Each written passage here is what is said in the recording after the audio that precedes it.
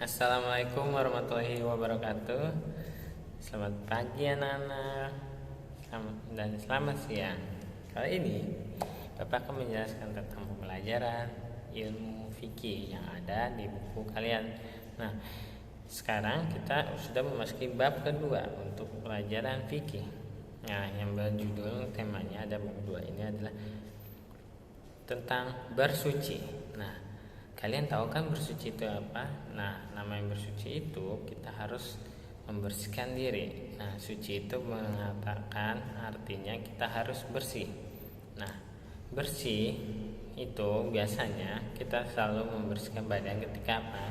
Ketika habis bangun tidur atau akan pergi ke sekolah, main ataupun kemana, pergi ke tempat lainnya. Jadi kita wajib bersih ataupun kita melakukan ibadah harus bersuci dan bersih. Nah, bersuci biasa juga disebut dengan taharoh. Nah, taharoh ini mengartikan bahwa itu bersuci atau bisa juga kita sebut suci itu artinya bersih. Nah, bersih dari berbagai macam kotoran. Contoh ada kotoran najis, ada juga kotoran yang lainnya. Nah, jadi bersuci itu macam-macam ya anak-anak ya. Kita itu harus bersuci dari najis. Najis itu artinya membersihkan yang namanya kotoran yang menempel ada pada badan atau pakaian kita. Nah, atau tempat kita berdiri atau diam di tempat itu. Nah, jadi harus bersih dan suci semua ya. Nah, bersuci itu ada dua macam, yaitu bersuci dari hadas dan najis. Nah, kalau hadas ini biasanya kotoran yang berada pada badan kita yang menyebabkan kita tidak bisa melakukan ibadah sholat. Nah, itu namanya hadas. Bisa dari buang air kecil atau air besar. Nah, itu termasuk hadas. Nah, atau bersuci dari najis. Nah, najis ini biasanya kalian temui jika kalian terkena kotoran hewan ataupun air kencing hewan ataupun manusia, yang itu bisa disebut juga dengan najis. Nah, yang menyebabkan kita terhalang untuk melaksanakan ibadah kepada Allah Subhanahu wa Ta'ala. Jadi ada dua macam ya bersuci itu. Yang pertama tadi hadas, yang kedua najis. Oke, berikutnya tata cara bagaimana kita untuk membersihkan diri atau bersuci dari najis. Nah, caranya yang pertama adalah najis itu adalah kotoran yang harus dibersihkan, yang juga harus menyucikan benda najis adalah hal yang wajib kita lakukan. Itu perintah dari Allah Subhanahu wa Ta'ala. Dan badan yang bersih atau jauh dari kotoran dan najis itu juga terbagi menjadi tiga. Nah, jadi najis itu terbagi lagi menjadi tiga ya. Najis itu ada yang disebut dengan najis ringan atau disebut juga mukhafafah. Nah, najis mukhafafah ini contohnya seperti kencingnya anak bayi. Nah, bayi laki-laki yang belum pernah makan apapun. Jadi masih bayi laki-laki belum pernah makan apapun. Anak bayi yang masih menyusui dari air susu ibu atau ASI disebutnya. Nah, jadi biasanya bayi ini yang berusia kurang lebih dari 2 tahun. Nah, ini termasuk najis ringan. Cara membersihkannya, kita cukup mempercikan air pada bagian yang terkena najis dari adik bayi kita atau adik ponakan sepupu bayi yang mengenai kotoran di baju kita najisnya. Itu cukup dipercikan saja ya, tidak perlu harus mandi. Nah, berikutnya ada juga najis sedang atau disebut dengan mutawasitah. Nah, ini najis mutawasitah itu yang ada najis sedang. Nah, najis sedang ini misalnya contohnya seperti kotoran manusia atau air kencing dari manusia. Cara menghilangkannya atau membersihkannya itu cukup mudah ya anak-anak.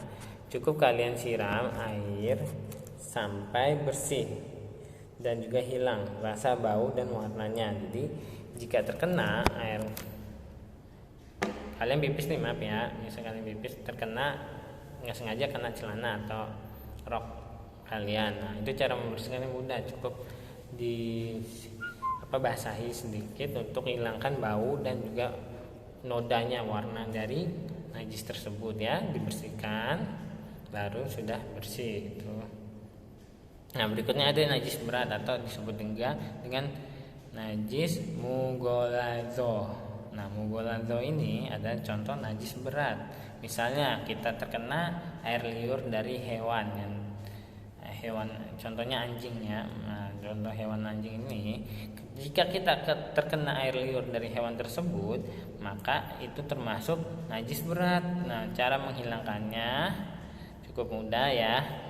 Jadi kalian sebanyak 7 kali harus membasuh atau ngelap dengan tanah, salah satu tanah itu usahakan yang kering dan bersih. Nah, itu dihilangkan sampai rasa bau dan warna yang terkena kotoran hewan tersebut atau air kencing hewan tersebut sampai mulai hilang. Dan badan atau tempat yang jika kalian terkena najis itu wajib dibersihkan, dan